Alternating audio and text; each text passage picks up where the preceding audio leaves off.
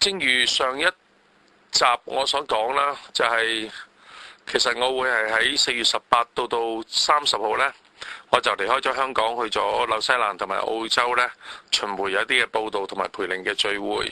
咁其實喺呢10幾年裏邊呢，我其實每一年3月呢都會去紐西蘭有一個嘅活動叫 March for Jesus 嘅，負責講道嘅。咁但係呢10幾年嚟第一次呢就改咗喺4月，因為3月嘅時候呢就月尾我就去咗英國，喺英國嘅中部嘅營會裏邊同一班大學生嚟到講道啦。咁所以喺今集裏邊呢，咁我唔知呢個禮拜香港發生啲咩事啦。咁所以就想分享下自己一啲嘅經歷。咁呢，我曾經喺上2集就講到呢，我哋係要撐呢一班嘅碼頭工人，因為真係好苦，特別佢哋係散工。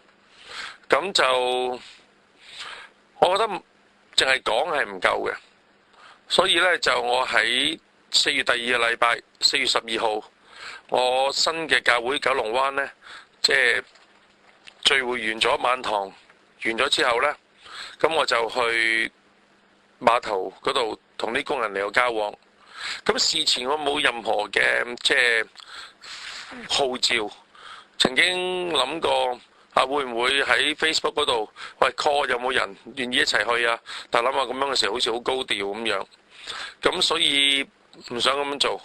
係嗰晚黑散會嘅時候，我報告就話嗱，我而家呢就會去九龍去碼頭啦，去撐啲工人。有冇弟兄姊妹願意跟我一齊去嘅？咁就而家去啦咁樣。係臨時嘅喎，但係我都好開心啊！都有6、7個人跟我一齊去啦。最令我感動嘅係有個80幾歲嘅婆婆，咁呢同埋佢個女，咁佢80幾歲，大家想象到佢個女係幾大年紀啦。咁樣呢都唔係年輕嘅啦，咁都同我一齊去碼頭裏邊。咁嗰日嘅下晝，我就同藝人之間有查經啦。咁我同佢哋分享話，我今晚黑應該會去碼頭。後尾歐錦堂呢就話：牧師同埋你一齊去啦咁樣。咁嗰晚我哋喺葵芳嗰度遇埋一齊。咁我哋就去探望呢啲工人，好深嘅感受。第一就係我哋好多謝啦，有一啲嘅基督徒呢就籌咗一筆嘅錢啊，過咗1萬蚊嘅。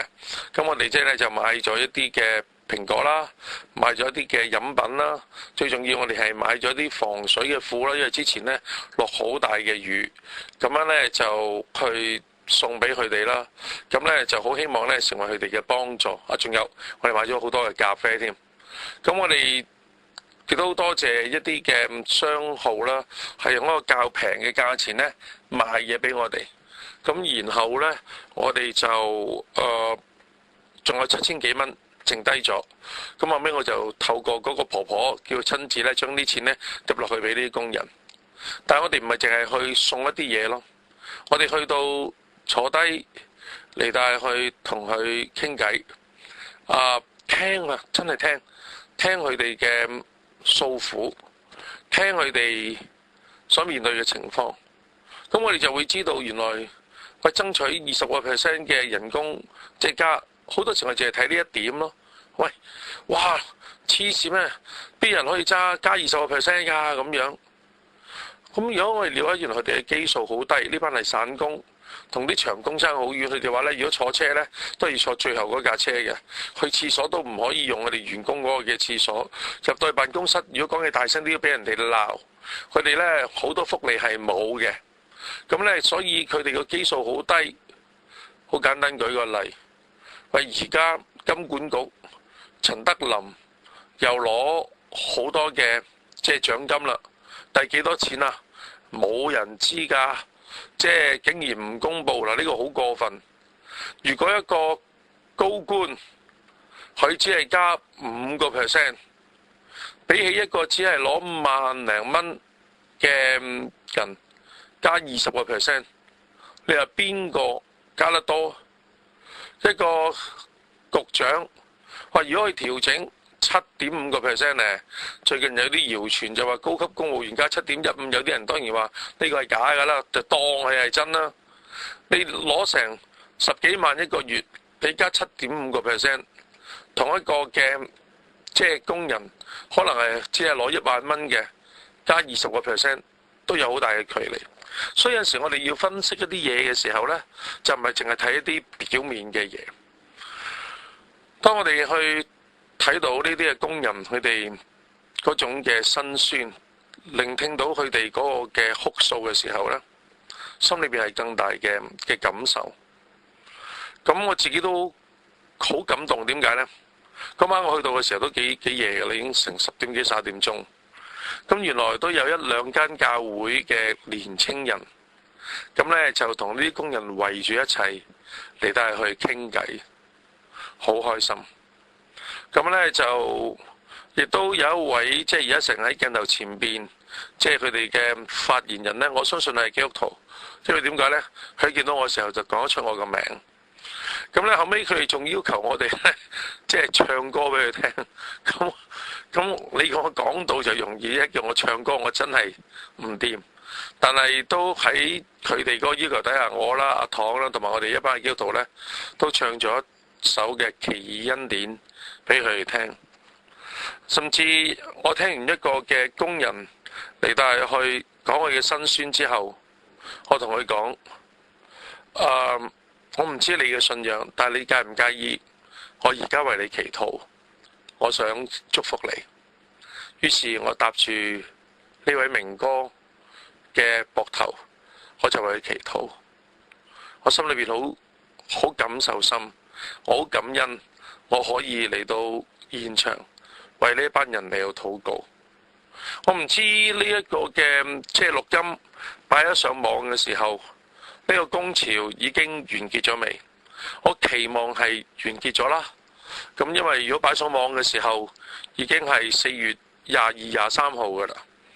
即係呢一個嘅即係工潮，亦都差唔多踏入1個月。我都唔想佢哋風餐露宿咁樣喺呢啲地方裏邊，你都係去捱苦。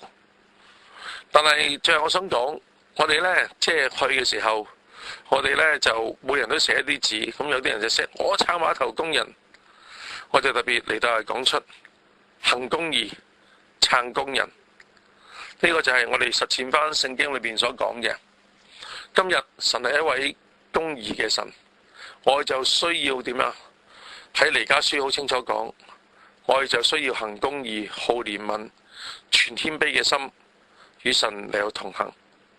好希望呢，唔單單係呢一啲被剝削嘅工人能夠得到嗰一個嘅應有嘅所得嘅，我更加希望能夠透過唔同嘅人嚟到去揭發出社會裏面更多嘅幽暗面，使到我哋可以知道嘅時候，為佢哋出頭，為佢哋發聲。最後我想講，其實你睇到大眾傳媒嗰種厲害，年青人真係好犀利。我再講，我哋唔係刻意要去高調嘅，咁只不過後尾因為我同歐錦棠去嘅時候，咁於是啲記者影咗相，擺咗喺即時新聞裏邊啦。咁佢哋又擺咗上去啲群組啦，但係好快就傳開。我好記得當我離開咗碼頭，預備翻屋企嘅時候，喺途中，我離開個碼頭大概唔夠15分鐘，我嘅會友呢，就已經呢嚟到去 send 咗個 WhatsApp 俾我，就話我其實唔知喺邊度嚟，喺 Facebook 裏邊呢，即係就有人有講咗你呢件事，擺咗你嘅相啦，哇！仲有啲人回應啊，有黃之鋒啊，即係嚟到去講牧師要你有呢個立場唔容易啊。咁但係亦都有啲可惜，有啲人將我同阿林義樂撈亂咗咯。牧師叫咗陳振聰信耶穌，希望叫 CY 信埋啦，乜啦咁樣。咁嗰個係林義樂牧師嚟嘅，就唔係我。咁咧亦都有人會將兩者之間比較，咁我覺得唔應該比較嘅。即係佢就去訪問即係 CY。咁我好覺得神都擺唔同嘅人有唔同嘅崗位，但無論點，我自己係好開心嘅，可以服侍到呢班嘅人。或者喺結尾再回應另類神蹟，真係有另類神蹟喎。咁我4月5號咧就開咗教會啦。第一日我預備咧就係預計有123人到已經好開心㗎啦。咁因為相信咧我哋嘅教會都有好多弟兄姊妹嚟，但係去撐場啦，第一次。但係出乎意料之外，我哋竟然係有超過300人出席。我哋得150個座位，一半以上嘅人要企起身。咁我同啲會友講，即係嗰晚我同嗰啲嘅有份參與嘅人話：唔好咁興奮啊！呢個假象嚟啊！第2個禮拜先至係一個挑戰。咁啊12號即係第2次嘅崇拜，唔會有咩人嚟去撐場。咁我預計有50至60人，亦都係好開心。但係又係出乎意料之外，係完全冇諗過有177人嚟去出席。咁我哋而家已經決定咗㗎啦，就係喺7月嘅時候，我哋星期5晚呢會開2堂崇拜。就係6點半同埋8點鐘。6點半就係服侍嗰啲喺九龍灣放工嘅人，同埋等啲人可以有啲早到嚟嘅就可以早啲嚟。今日我哋9月就開星期日嘅崇拜。呢間教會開個零2個月就要再去開展新嘅即係崇拜，都係唔容易。但係我好相信呢個係神蹟。我哋其實缺乏人手嘅，但係靠住神努力去做啦。好多謝大家喺禱告裏面嘅紀念同埋支持。